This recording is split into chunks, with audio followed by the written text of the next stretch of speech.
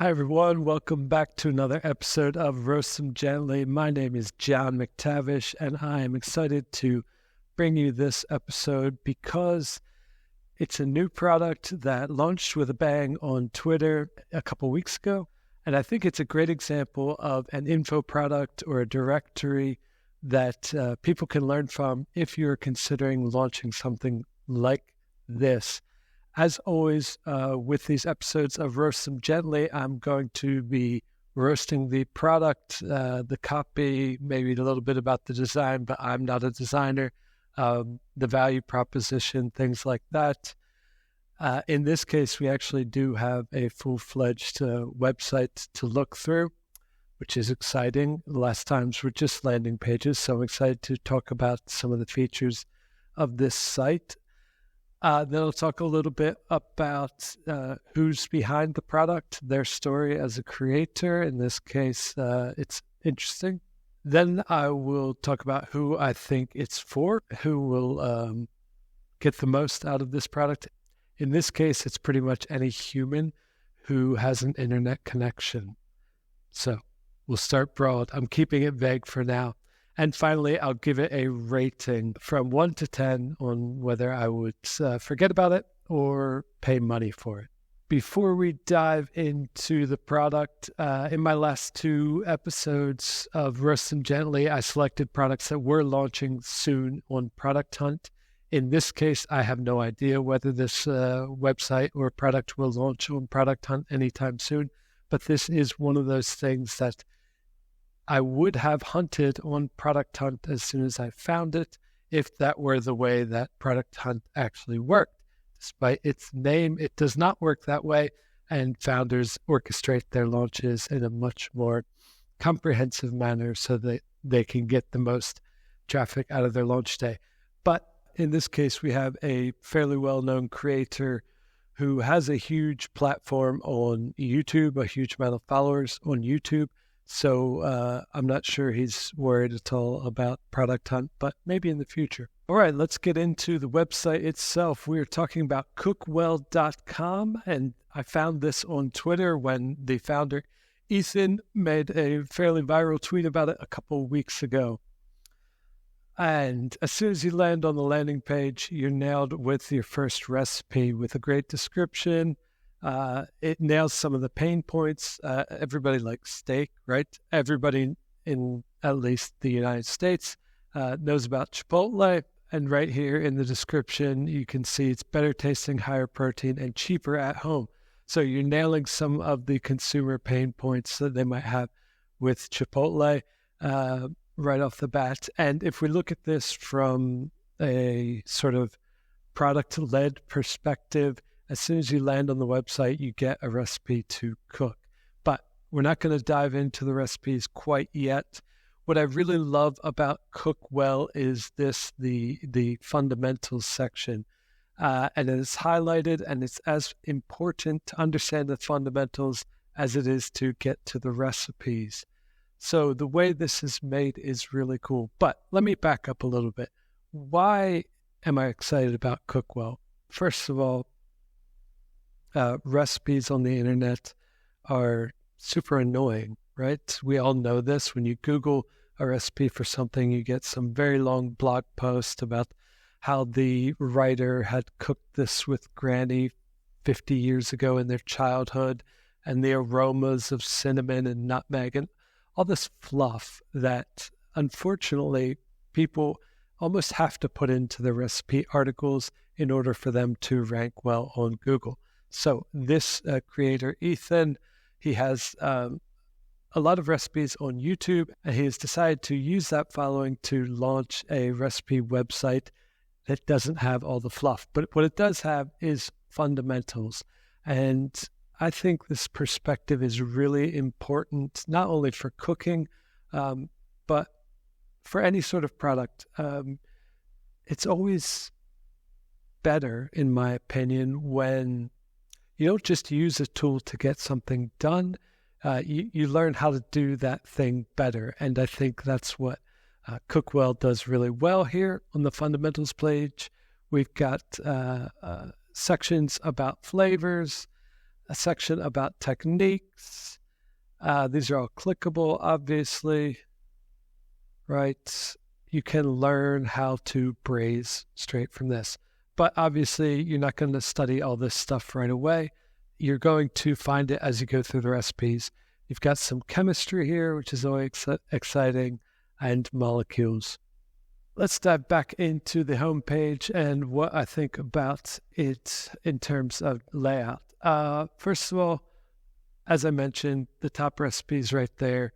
You have recipes right away, and I like the design here with the side scroll because it's very familiar. It feels like a lot of the online delivery apps have a similar layout, so it's quite easy to use, and it's very familiar for anyone who uses sort of online shopping for food or online delivery apps.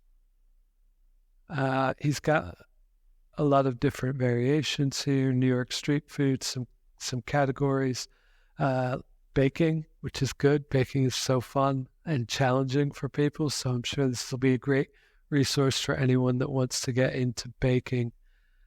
I see he's focused on healthy cooking. That's cool. We all need to do that. But he does it in a way that's not very pretentious. We'll get into that a little bit later. So he does have a search function on the site, which is great, and that raises recipes that also have tags. Very cool. Let's dive into one of the recipe pages. So I've selected red wine braised short ribs because they're freaking delicious. Short ribs. Beef short ribs are a fairly accessible cut of beef for most people. They're not too expensive, not like a fancy steak. But because they're cheaper, they also have a lot of bone. The meat can be quite tough if you don't cook it low and slow and braise it. So if you've never braised anything, it's a magical way to cook. It's really hard to screw it up because you basically cook meat over a low heat in the oven with liquid around it, and it turns tender and juicy and makes your home or your apartment smell delicious in the process. All right, on the recipe page, like I said, no super long intro, no story about how the cows were raised happily in the pasture, blah, blah, blah.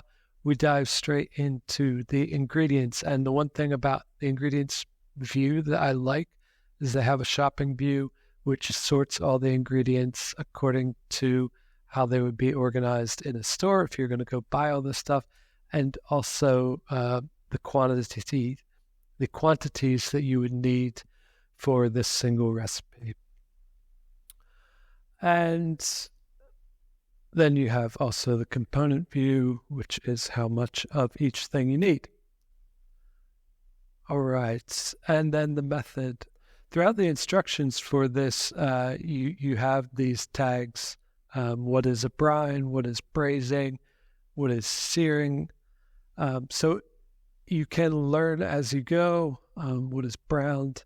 You can learn as you go the fundamentals that I mentioned earlier as you're cooking. And the reason this is important, and the reason I keep coming back to the fundamentals, is because cooking is like anything else. Once you have a good framework for how to do it, once you've figured out how to braise these short ribs, you can also pretty easily understand how to braise pork ribs or chicken thighs or any other cut of meat that you would like to braise. And not much changes aside from the ingredients. The fundamentals of the process remain largely the same. The other cool thing about this is the Let's Cook pop-up here.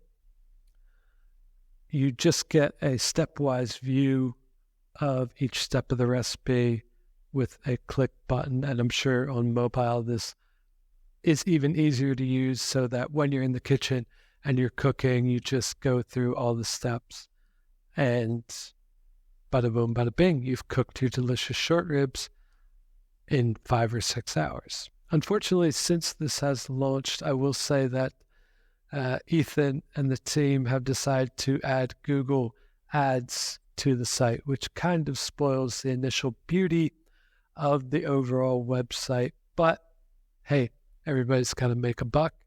So I don't blame him. I wish there were a better way to monetize a website like this than Google Ads, maybe some affiliate, maybe some sort of community. He does mention on his Twitter that he's working on launching an app which will be paid. So maybe the ads will either become smaller or go away altogether, because they sort of do take away from the simple, beautiful experience of the website. All right, so that is CookWell.com. I believe everyone who likes to cook at home should check it out. And the really neat thing, if you're into like productivity or whatever for work and life, is once you learn how to cook well, you get a lot faster at it every time you go to do it. And once you understand those fundamentals better, you can expand the variety of things that you cook and the speed at which you can cook them. So, really cool site. I'm excited to see another take on recipes on the internet, because obviously the old way is broken. All right, so who's behind CookWell? This is the man himself, Ethan. Sorry about your last name, might butcher it, Schlabowski. And this was the tweet that started it all on January 23rd. He explains why he launched CookWell and what he thinks about the user experience of cooking at home. Bloated paragraphs of text, pages packed full of ads, etc., etc. And this went decently viral, got 130 retweets, almost 300,000 views so far, 150 comments. So good job on the launch, Ethan, on Twitter at least. But if we jump over to Ethan's YouTube, we see that he's been doing this cooking on the internet thing for a while, and he has almost 1.9 million subscribers after 391 videos. I have never watched Ethan. I'm not affiliated with his channel in any way. I don't even know if he's that good of a cook, but he obviously has figured out how to share recipes with the world. So good job on that, Ethan. And he did mention in the tweet thread that the team has been working on CookWell for 12 months. So this is not a scrappy MVP with one feature, as you've already seen. It is a well-orchestrated, well-designed directory that has a lot of his recipes that he has done on YouTube. And they launched it with a bang. So congrats on that, Ethan. So who do I think CookWell is for? I already got into this a little bit, but obviously anyone who cooks at home and wants to get better at cooking at home. And the other thing that I really like about Ethan's approach to sort of the positioning for the recipes and what's on the site is it's really diet agnostic. It is not for paleo people. It's not for keto people. It's not for vegan people. Because honestly, the best diet, well, I don't want to get into this too much, but the best diet for you is one made with a lot of whole foods, and the one that you'll stick to, and the one that you enjoy eating and cooking. So I'm sure you can find vegetarian things on here. As I said, when you do the search, they have tags for all sorts of things. So if you're vegetarian or vegan or keto, you can probably find things or simply omit things from the recipes that don't fit within your preferred diet. Besides that, I think it's for all of us who want to cook better. And with all of that out of the way, let's get on to the rating.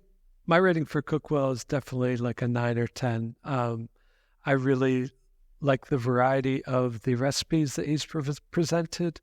There's a lot of stuff on here that I would like to try and cook at home that I've never cooked before. And I really like the way that the recipes and the information is presented. I'm going to probably start using it on mobile as I said, Ethan has plans to launch a mobile app along with it, and I would probably be a happy subscriber to that as well. These recipes look really fun and pretty simple, and they align with things that I like to make. So great job, Ethan and the team. I really love CookWell, and yeah, I just hope that you can find a way to monetize that doesn't sort of ruin the lovely user experience that you designed so far. So that's it for today's episode, and I hope that you find something delicious to make for yourself and your friends on CookWell. Subscribe to Ethan on Twitter or YouTube if you're into watching recipes. I never really got watching recipes. When you're cooking, your hands are greasy, you don't want to look at the phone, blah, blah, blah. I don't know. I'd rather just look something up and understand the fundamentals and go out and cook it. But anyway, if you're into watching food videos on YouTube, check out Ethan, see what he's made. Obviously, it's a hit with a lot of people. So congrats on that, and congrats on the launch of CookWell. If you've enjoyed this episode, please leave a comment, leave a rating on your preferred podcast provider or on YouTube. That'll go a long way to help more people find Ship It and Sip It, Roast Them Gently, and also find out about CookWell and how to make better food for themselves and their families. So thanks so much for watching, and have a great weekend. Remember to ship it and sip it.